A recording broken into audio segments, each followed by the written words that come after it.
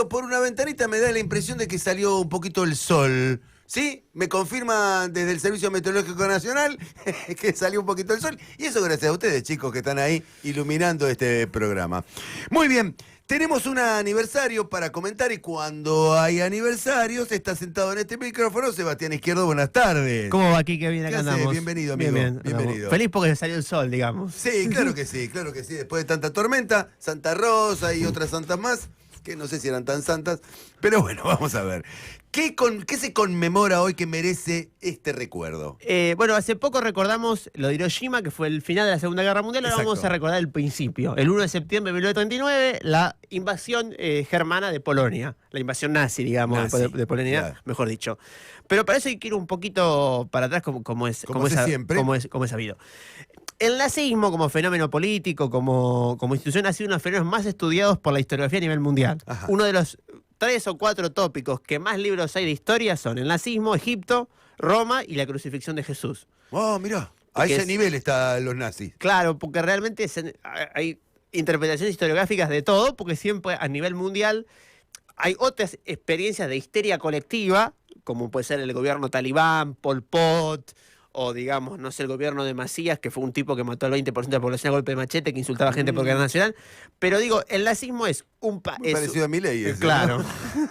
Digo, son ejemplos en donde, como una sociedad supuestamente instruida, que tenía más de 40 premios Nobel y demás, votó a un tipo como Hitler e hizo el mayor genocidio de la historia. Sí. En un genocidio a escala industrial. Pero para eso hay que hablar un poco de historia. En el CAG del 29, que es el gran génesis del nazismo, quebró el sistema bancario alemán y dejó 40% de desempleo. Hubo 2 sectores que crecieron, el KPD, Otto Wels, que era el Partido Comunista, y el Partido Nazi. El nazismo baja su discurso anticapitalista y de alguna manera se convierte como en el garante de funcionamiento del sistema. Eso va a ir creciendo hasta 1932, Hitler se candidata a presidente en 1922, pierde con Hindenburg, y a partir de ahí empieza una lucha callejera contra el comunismo, muy dura, que el último año hay casi 60, 70 muertos el PC combatiendo el KPD con el NADAP, el partido nazi. Sí. A partir de eso empieza un increchendo y ahí hay para contar un poquito la llegada de Hitler al poder, pasa lo siguiente. Los Streicher, que eran los sindicalistas, que eran los jefes de la CGT alemana, Ajá. estaban con Hitler. Hitler prometía medidas sociales. Sí. A partir de ahí se intenta... Hindenburg llama a elecciones al primer ministro. Las elecciones no se puede formar gobierno. Entonces Hindenburg dice, bueno, que se forme un partido entre los socialistas y los comunistas. Los comunistas dicen que no se quieren unir la oposición entre ellos. Claro. Le ofrece al ejército, los militares no quieren meterse ninguno en política. Le ofrece a la iglesia también le dice que no. Entonces queda una sola opción, hay que armar ejército con los nazis, Sí. que ya eran vistos de manera rara por la sociedad.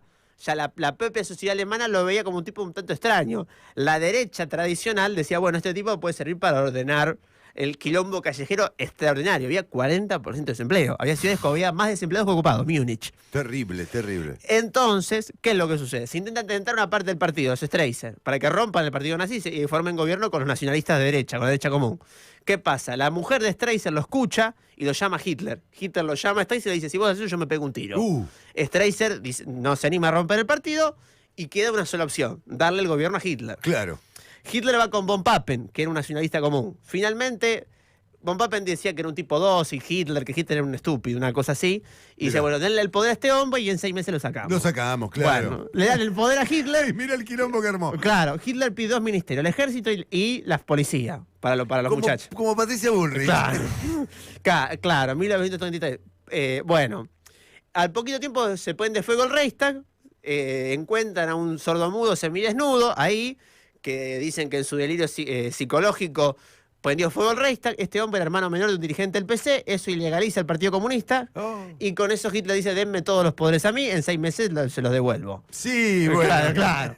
Finalmente se hacen la ópera Kroll y los católicos votan con Hitler porque Hitler promete respetar la Iglesia Católica en caso de ser gobierno. Levantan la mano y Hitler consigue los 2/3, que le dan la suma del poder público. Perfecto. Y una vez que le dan la suma del poder público, el único que le puede hacer sombra es Hindenburg. ¿Qué pasa? Hindenburg tenía demencia senil. Ah, ya estaba viejito, claro. Entonces, cuando hacen el desfile por la victoria de los nazis, dicen que Hindenburg le dijo a Hitler su excelencia, como lo llamaba el Kaiser. Ah. Entonces ya el poder fue quedando en los hijos de Hindenburg, que le fueron dando cada vez más potestades a Hitler, hasta que Hindenburg muere en un ataque cardíaco en 1934. Bien. Y ahí le dan todos los poderes a Hitler. Hitler tiene una animadversión o una cuestión, como tienen todos los nacionalistas alemanes, con haber perdido el imperio. Recuperar ese viejo imperio va a ser, El Imperio Germano. claro, el imperio mítico, el elemento medieval. Claro. Él tenía casi una especie de estupor con esa cosa medieval. Cuando él vivía en Austria, y era pintor, pintaba en la calle y vendía las pinturas que vendía, se gastaba el poco dinero que tenía para ir a la ópera, Mira. cuando tenía 20 y pico de años. Una historia poco conocida de Hitler. Bueno, en el año 39, los choques con Polonia van a ir cada vez increciendo, porque él se declara enemigo de Polonia ya en el año 36-37. El gobierno polaco es un gobierno católico con muchas internas, en donde no queda claro si este tipo hay que enfrentarlo, qué se va a hacer, si tira fuego de artificio o no, hasta que finalmente en 1939 Hitler hace un operativo de inteligencia, las SS cruzan la frontera a Polonia, se disfrazan como oficiales polacos, ataca una radio y dice, y eso sirve de excusa para meterse en Polonia. En el año 1 de septiembre del 39 invaden Polonia. En realidad la invasión es el 3, pero el 1 hay un ataque marítimo de un acorazado alemán a la ciudad de Danzig, que es como el bautismo de fuego de la Segunda Guerra. La invasión básicamente pasa lo siguiente cuando entran en Polonia. Nunca se habían tomado demasiado en serio los polacos la idea de que Hitler los iba a invadir, porque nunca iba a quedar claro si ese tipo lo iban a voltear las propias roscas del partido nazi o si de alguna manera la Unión Soviética iba a saltar a enfrentarlo. Entonces, el rearme polaco había sido bastante timorato.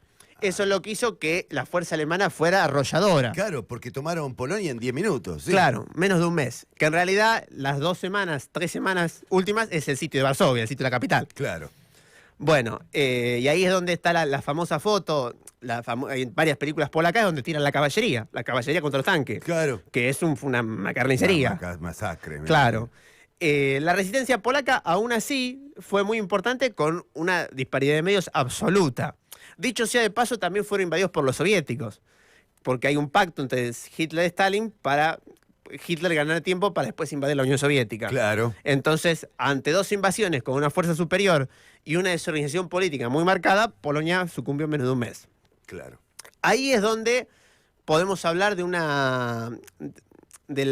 inicio del genocidio nazi en Polonia. El 20% de la población murió. 1 de cada 5 polacos murieron en la Polonia ocupada por los nazis. Todos los campos de exterminio nazis estuvieron en Polonia. En Polonia, claro. Auschwitz, Buchenwald, los más conocidos. Y es prácticamente asignado en su totalidad a la población judía. Valga la redundancia decir que el mayor sitio de judíos ortodoxos hasta ese momento era Polonia. Ah, ok. Porque el movimiento judío jaredí, o sea, el movimiento judío ultraortodoxo, es una especie de reavivamiento espiritual que tienen los judíos en Polonia.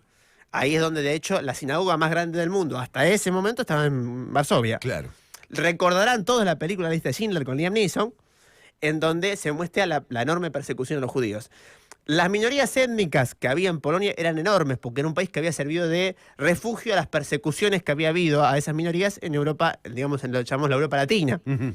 Había gitanos, talmucos, cosacos, había homosexuales que se habían escapado de las persecuciones que había empezado a ver en Alemania, y demás, y todo eso fue prácticamente barrido, aniquilado en ese marco. Y en eso, para de alguna manera cerrar o dar un poco más de dato de color, la resistencia polaca es la que permitió el juzgamiento del nazismo. ¿Por qué? Y eso hay que entenderlo. Cuando se empieza a ver la sistematicidad del plan nazi para destruir de alguna manera la población judía, el asesinato masivo de civiles, la resistencia polaca manda voluntarios, gente que se haga agarrar y vaya a los campos de concentración. Lo que se sabía de Auschwitz en 1942-43, los llamados campos de exterminio, en realidad para hacer la denuncia internacional, llevarlo ante el Congreso Judío Mundial y demás, se logra que hace la resistencia polaca. La resistencia polaca mete gente que va de voluntario a los campos de concentración. Mamá. De hecho, hay varios casos que... Hay que ser guapo para ir de voluntario ahí. Claro, van de voluntarios los polacos, se hacen agarrar con los judíos, los mandan al campo de concentración y a través de la caca pueden sacar los testimonios hacia afuera. ¿Cómo de la caca? ¿Cómo se hace? Los hombres no van a los campos de trabajo. Los hombres, ¿qué hacen en el campo de trabajo? Limpian los hornos donde caman judíos Claro. y limpian las heces. Ajá. ¿Dónde no van a revisar? En las heces. Ah, claro. Entonces, ¿qué es lo que hacían los tipos? Agarraban papeles o rompían ropa en código Morse donde testimoniaban. Hay tantos judíos, tanta gente, tanta cosa. Se lo comían y en la caca, cuando sacaban la caca, los granjeros que eran de la resistencia limpiaban y se llevaban eso. En base a eso se pudo reconstruir a través de la resistencia polaca, llevarlo de ahí a Zúrich y de Zúrich al Congreso Judío Mundial en Nueva York. Bien. Y a partir de ahí, en 1943, se hace la denuncia internacional del Holocausto. De ahí viene la cuestión sobre si se podía haber hecho algo o no. Si se podía haber bombardeado Auschwitz Claro. y liberar a los judíos o no. En Nuremberg, uno de los jerarcas nazis, Rosenberg, dice: ustedes que se quejan de que matamos no sé cuántos judíos, podrían haberlo evitado. Pero lo que querían es que estos judíos se victimizaran para ser Estado de Israel, Ah, mirá. dijo Rosenberg. Mirá.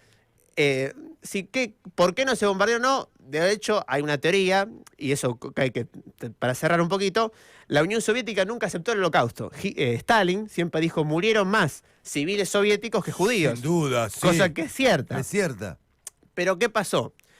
El poder del Congreso Judío Mundial en Nueva York era tan grande que, bueno, el vicepresidente era judío ortodoxo, el vicepresidente de Roosevelt. Claro. Harry Truman era judío ortodoxo. Permitió, de alguna manera, le dio visibilidad para el tema del Holocausto. Dicho sea de paso, la justicia, eso permitió el juzgamiento del Holocausto. Y ya doy un último dato de color y con esto termino, no molesto más.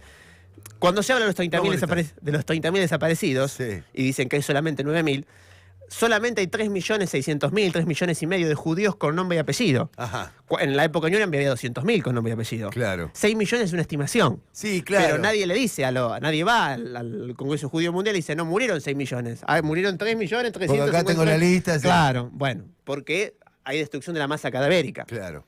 Bueno, con eso es una efeméride triste, pero es lo que pasó. Sí, bueno, y hay coincidencias ahí con nuestros desaparecidos. Claro. Pero también hay muchas coincidencias con la actitud de Israel para con Palestina. Claro. La forma en que los nazis invadieron Polonia, podríamos pegarla a la forma en que están destruyendo Palestina. Claro. Israel.